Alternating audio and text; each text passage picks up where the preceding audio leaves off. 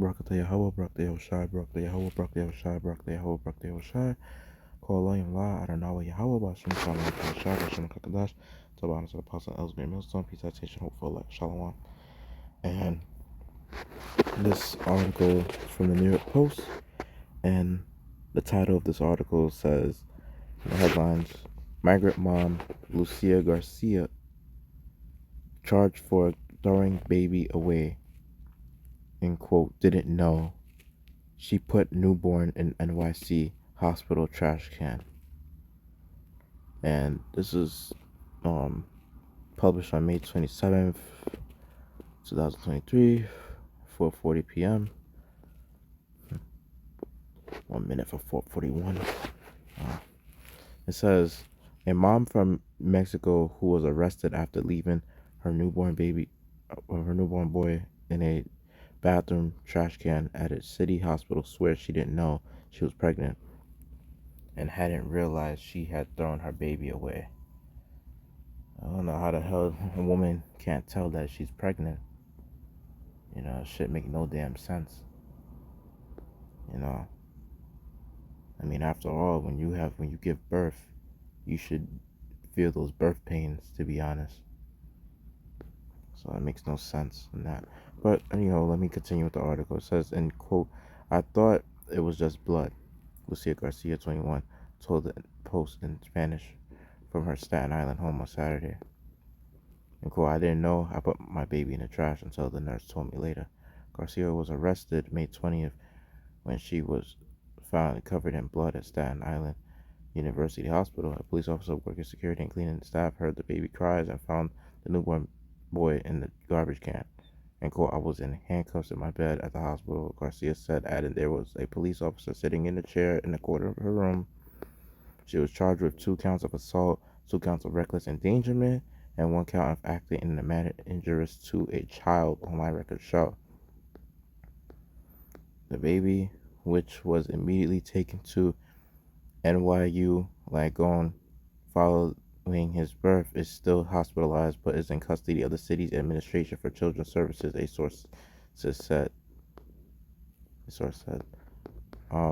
It says an order of protection was also issued against her at a bedside arraignment on Monday, the records show.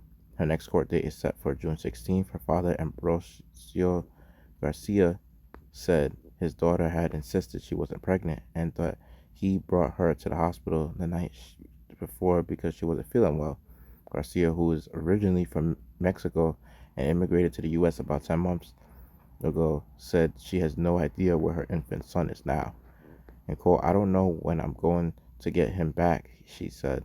I want him back. I want to take care of him. I just want my baby back. NYPD police officer who was working at a side job at Staten Island University Hospital helped find the baby.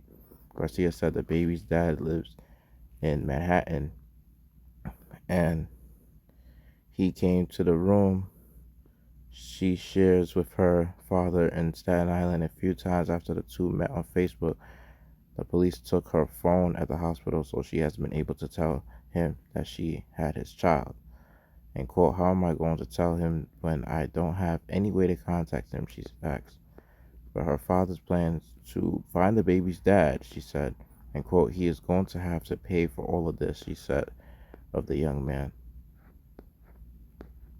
Garcia said she was handcuffed to the bed after the incident and never saw her baby boy. Garcia said she wasn't sure about having a baby at first, but had since changed her mind. And quote, at first, I didn't know if I was ready to be a mom, she said. And quote, I thought I had made an error, but now I just want him here with me. Now I'll bring out some scriptures and Lord willing, hopefully I can be edified. So Lamentations 4:3 says, even the sea monsters draw out the breast, they give suck to their young ones. The daughter of my people is become cruel like the ostriches in the wilderness. So, you know, a lot of brothers, like, we talk about the nation of our woman, mainly the black woman, and how wicked she is, and things of that nature, but even these Latino women and Hispanic, they're wicked as all hell too. In some cases, they're almost just as bad as the black woman, you know? So, you know, you could really tell that our people really, like, The Israelite woman is literally the worst to have kids with, to be honest. They're the worst, man. Especially, like, yeah, the black woman, but even the Spanish woman, too, at times. You know? Having kids with them, they could end up doing some fuck shit like this, too. And sometimes, just to get back at the father, they end up abusing the child or just maybe even killing the child sometimes. So they'll take all their frustration and anger out on your seed line, you know? So it really shows you how wicked these women are. And basically, the easiest thing that they could possibly do is take care of children. And they can't even do that right. They can't even be nurturing as they once were at one point. But you know, these are all the curses in the end of the day. You know how scriptures tells you in Deuteronomy 28. I'm gonna just bring it out. You know, it really makes sense as to why these things happen. So the Most High promised that if we don't hearken unto His, you know, law, statutes, commandments, like these things will happen.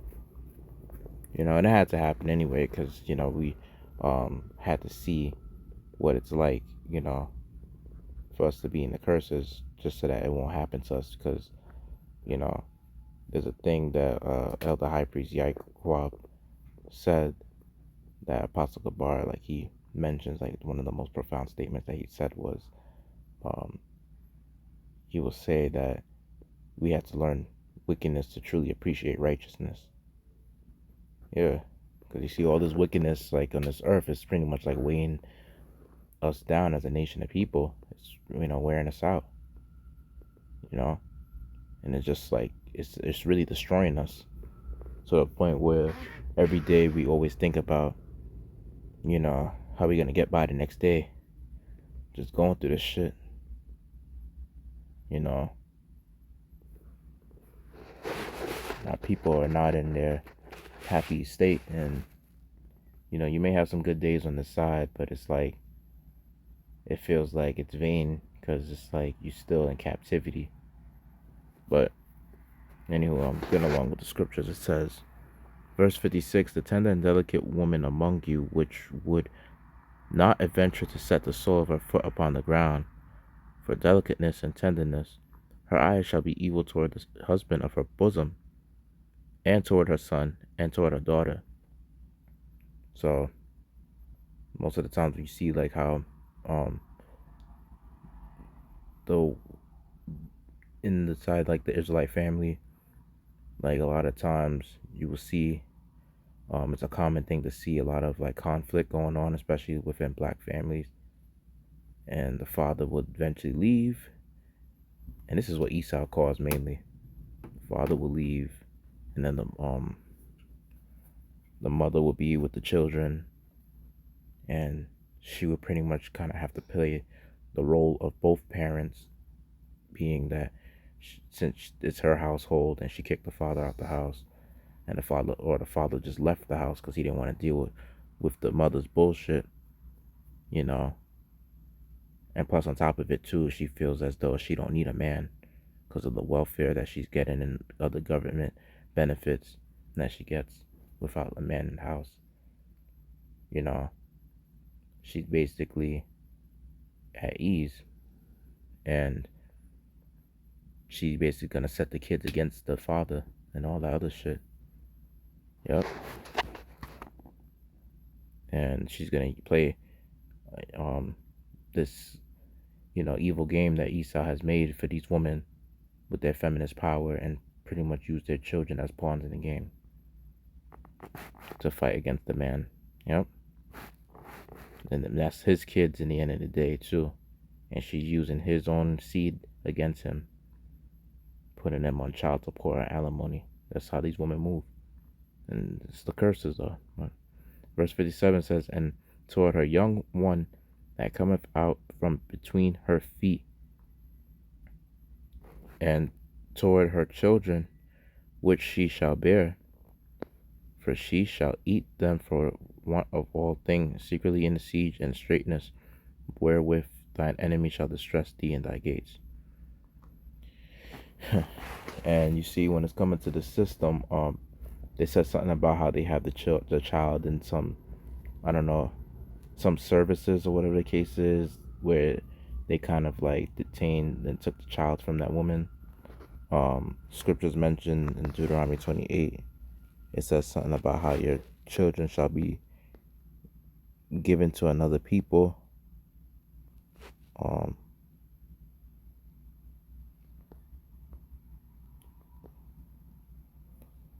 you know, like you shouldn't enjoy your children. Yeah, like in verse 41 it says, thou shalt beget sons and daughters, but thou shalt not enjoy them, for they shall go into captivity. Yep. Scripture 7:40, verse 45, moreover, all these curses shall come upon thee, and shall pursue thee, and overtake thee, till thou be destroyed, because thou hearkenest not unto the voice of the Lord thy God, to keep his commandments and his statutes, which he commanded thee. And verse 32 says, thy sons and thy daughters shall be given unto another people. That's mainly talking about, Esau, because this is his whole system, this is his kingdom / queendom, because of feminism. But ultimately, this is his, his rulership, and he owns this, this whole kingdom.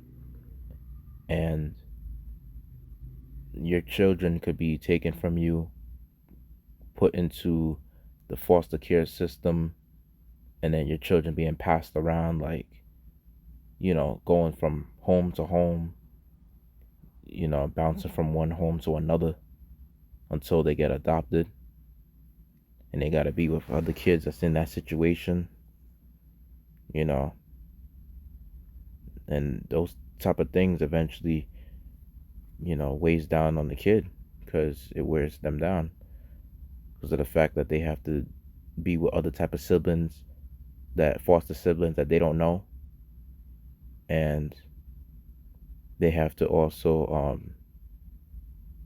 sometimes like go to school, and at the same time they go from one house to another, dealing with all type of issues. And some people that are their foster parents, sometimes they just do it for the money, so they could be abusive, and sometimes they could be favoritist, and it's like, it's not really trying to condone any violence or anything, but it's like, shit, at that point sometimes it might just be best to probably let the streets raise you at that point. I'm just saying, if you in that type of condition, because it's like, that's like hell right there, having to go through that shit.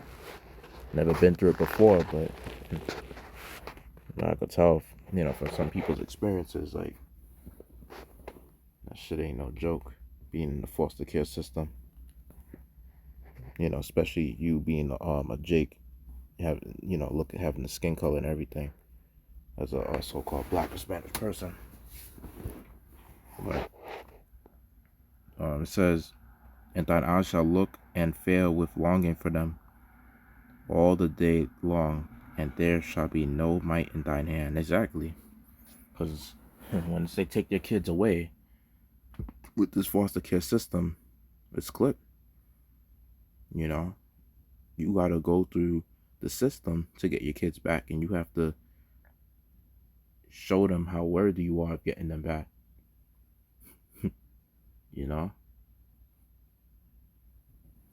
Because you don't control your kid. You don't control your kids. Technically, Esau controls them. Yep. So that's the curses. So it wasn't really only in hardcore slavery. This happens to this day.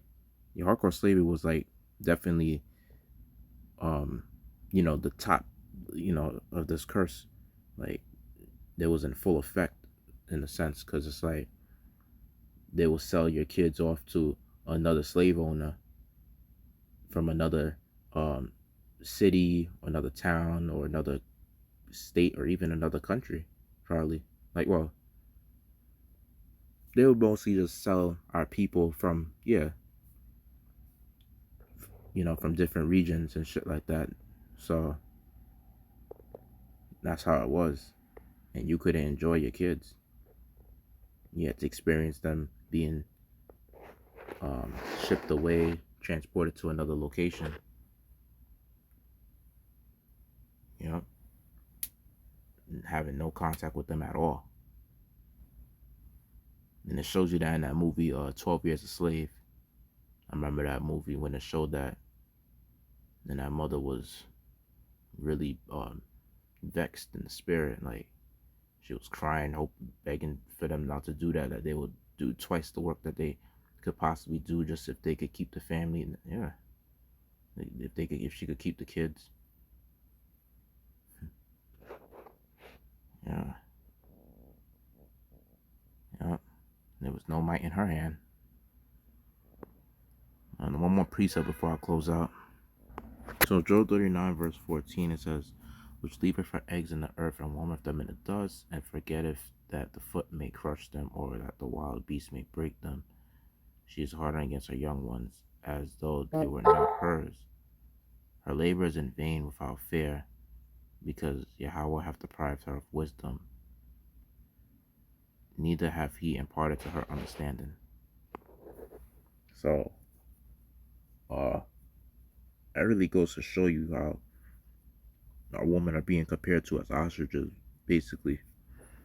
Because this woman, I've seen incidents where, on the news, where like mothers just left their children stranded in the New York City train stations, like leaving them in a stroller and just not caring, not giving a fuck about who takes the kid or who kidnapped. And you have all these pedophiles out in the street. Before you go to a local church and see if they want to adopt the kid, or before you, like, I guess, call the foster care system to, like, why would you want to go through the whole like process of not giving a fuck and just leaving your kid out and stranded when you have all these crazy people out here that rape children? You know what I mean? And I think this is one more precept that I want to bring out before I close. There's another one that goes with this, that how women are supposed to be, but sadly you ain't gonna find a woman like that. So the Lord really, humbles them in due time. Titus chapter 2 verse 3, it says, the aged woman likewise, that they be in behavior as becometh holiness, not false accusers, not given to much wine, teachers of good things, that they may teach the young women to be sober, to love their husbands, to love their children. That's the key one right there.